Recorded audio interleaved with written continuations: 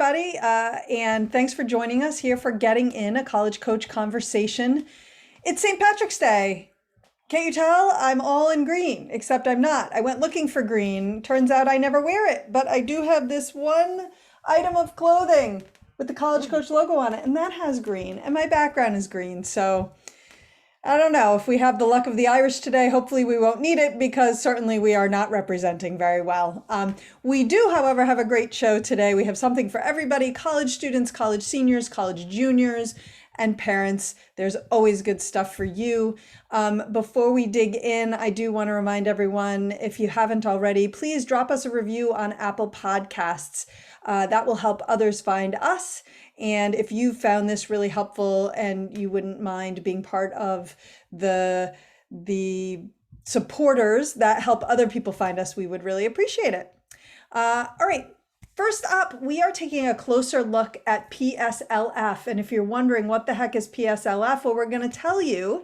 But joining me is my colleague and college finance expert, Tara Piantanita Kelly. Hi, Tara. Hello. The Kelly part is Irish, right? Yeah, well, that's very true. My son's last name is Irish, but you know, I am not Irish, so. And I guess I hate the color green because I never wear it, because I literally had not one thing in my closet that was green other than this. Well, let's start with the big question, which is, what the heck is PSLF? Okay, so PSLF stands for Public Service Loan Forgiveness, and that is a program that started back in 2007. And the gist of the program was and is that if a borrower is working full-time for a qualifying employer, we're going to talk about what that is, and while they're making payments on certain types of their federal student loans, we'll talk about those too, that are on certain repayment plans, we'll talk about those too. After they make 120 of these qualifying payments, then the remaining balance of their federal student loan debt is forgiven. It is wiped out, and it's not a taxable event either. I mean, it literally just goes away. Goes away. So basically you make 10 years of payments and then the loan goes away, in theory. In theory, yes. Yes. It did not always work out that way, but yes. Well, why don't we start with, there were a few things you mentioned that you said, we're going to talk about that. Why don't we start with the first, which is, what is a qualifying employer? All right. So a qualifying employer, it is one that is working in the public service. It could be a governmental organization. It could be a school district. And then most not-for-profit corporations and public charities also qualify. So if you're working for any of those and you think you're still repaying your federal student loans, you might want to listen up to this segment. Yes, absolutely. And, that covers a lot. So there could be quite a few people who are in those worlds who should be paying attention. One other thing you mentioned is that only certain types of federal student loans qualify for PSLF. So can you tell us which ones do, and then probably even more importantly, or equally importantly, which ones don't qualify? Absolutely. So the loans that qualify for public service loan forgiveness is the federal direct loans, whether they be the federal direct subsidized, federal direct unsubsidized, federal grad plus direct loan, consolidation loans that are federal direct consolidation loans. Those all qualify. You notice they all have the word direct in them, right? Yep. The loans that don't qualify are the old FELP loans, the Federal Family Educational Loan Program. That was the federal loan program that was phased out in 2009-10, but some of those loans still exist. So those loans do not qualify for public service loan forgiveness, and neither do like the federal Perkins loans. They don't qualify. And of course, private loans, but also federal parent plus loans. So the federal parent loan that the parent borrows for the student's education, those don't qualify either, but there's a little way around that. There's a lot of nuances to this program. Are we going to talk about that later, or do you want to cover that right now? No, we can talk about that later. We'll go over that during the nuance section. Okay, love it. That's right. There is a nuance section. And that is, I think, the world that we live in both college admissions and college finance, is in the nuance. Yes. All right, there was another portion of that original definition of PSLF that identified certain repayment plans. So what are those? All right. So, in order for a payment to be qualified for this, the payment must be made either on the standard 10-year repayment plan or one of the income-driven repayment plans. But if you think about it, Beth, you said, oh, well, you pay for 10 years and then you get the rest forgiven. If you're Right. on the standard 10-year repayment plan, you're not going to have anything left to forgive. Right, because that gets you So, fully paid, right? right, right. Yes. So, and this was I said that there were some challenges with this in the beginning, and this was the thing that caught up most borrowers because if you've looked in the media, you've seen that public service loan forgiveness has a lot of negative publicity to it. Yes. And I'll tell you why. so, the program began in 2007, and so the first people who had made what they thought was 120 qualifying payments were eligible to have their remaining balance forgiven in 2018. And many of them submitted the final form saying, "I've made my payments. I'm, debt free now." And most of them were denied because Not good. no, because at least one, if not all, of their payments had been made under some other repayment plan, like an extended repayment plan or a graduated payment plan, and those didn't count. Mm. So as you can imagine, they were pretty angry. Yes. and the Department of Education got some very bad press because of it. And that's why we have this window of opportunity, because there are two different things going on right now that are temporary and that could really benefit a lot of borrowers. Okay. So let's talk to us. What are those things that are going on that people should be taking advantage of? Okay, so right now there's two programs. The first is called a temporary expansion of public service loan forgiveness, and that is mainly for people who submitted that thing saying, okay, I've done 120 payments, and they were denied. With the temporary expansion, they can go back, and even loans that were made under the wrong repayment plan Hmm. will be counted as qualifying payments. So if they had made 120 payments on an extended repayment plan and their loans weren't forgiven during this time, during the temporary expansion, if they submit the form again, those payments They will should be. be counted. Yes, yes. Wow. But it's temporary. It's even in the name, temporary, and Hmm. it's also limited funding. So it's a first come first serve thing. So this is something that you would want to jump on right away if you might fall into that category. Okay. That's important. Go Yes, do that now, people. Just right. press pause and go do that. Okay. Yep. And then the other program that's going on right now, it's just a temporary waiver, and it's for the people who don't fall into that category. Maybe they had made 50 payments or 10 payments, but they haven't made 120, and they have some additional loans, like the old FELP loans that those payments don't count.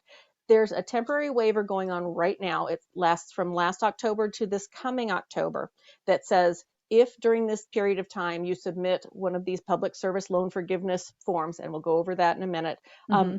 then we will go back and count payments that, even if they weren't the full payment, normally those don't count. We'll count them. If they're on the wrong repayment plan, we'll count them. Hmm. And even if you have, let's say, the old FELP loans that don't qualify, Yep.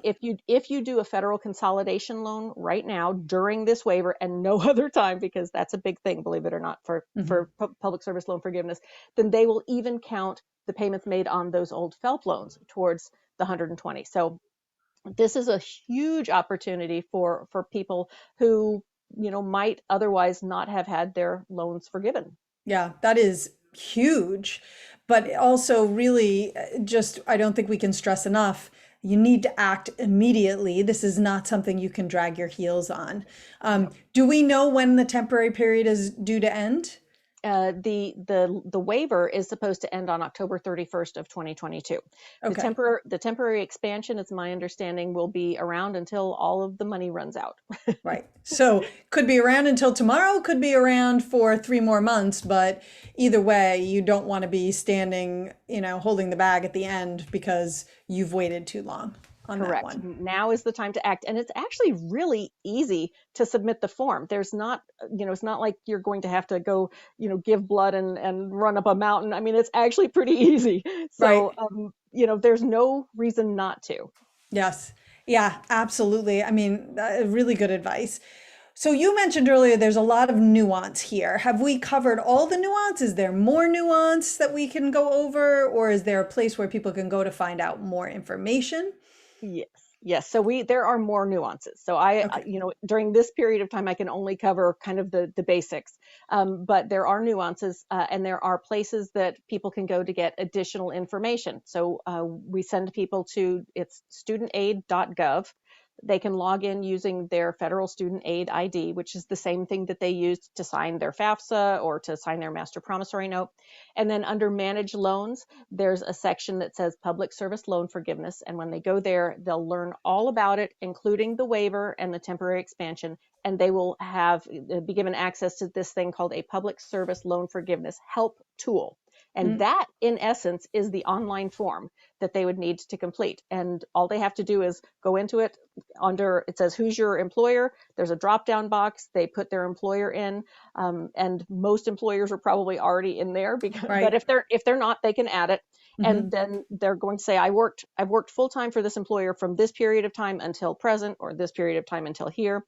And when that employer's HR department confirms that, then the federal servicer will go back, and during that period of time, they're going to count how many payments were made. Hmm. So it's pretty easy Right. to submit this form. Right. Absolutely. Any advice for someone who is in college right now, or a senior who is considering college and thinking about taking out quite a bit of debt, but plans to go into public service?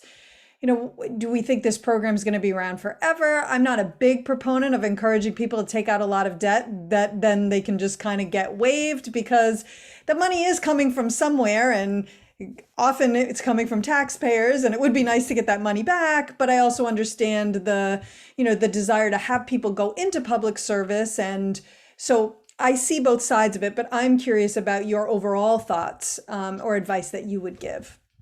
Well, we don't know how long the program will be around. It's been around for what, 15 years now? Hmm. But there's no promises for how long it will last. Hmm.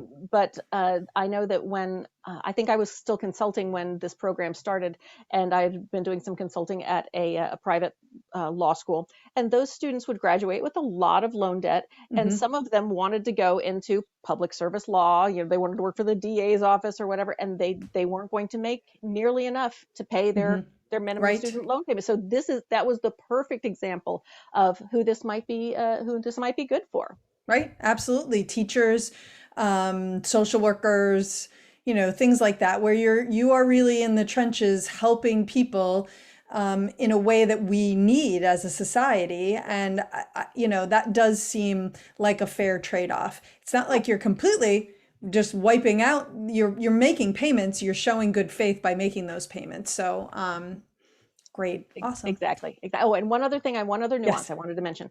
So if you're working for a qualifying employer, it doesn't matter what you're doing for that employer. You could be, or the receptionist or the vice president. Hmm. It's the employer itself, not what you're doing for the employer, that makes Ah, the difference.